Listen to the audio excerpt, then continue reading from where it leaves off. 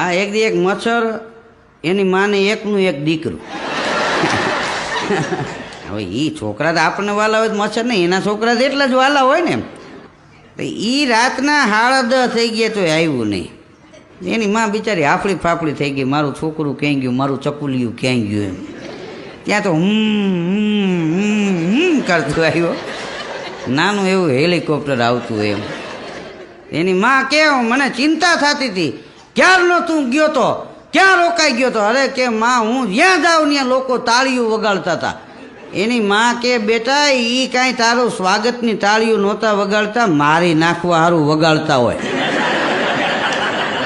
તાળીઓ વગાડતા હોય ને ત્યાં જાતો નહીં, નહીંતર તારો બાપ ગયો એમ વયો જાય.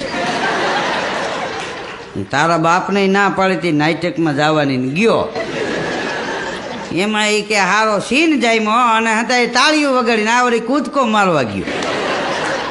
પૈકડો તો જાયલો ન રહ્યો ને એક ભાઈની ઝપટમાં આવી ગયો.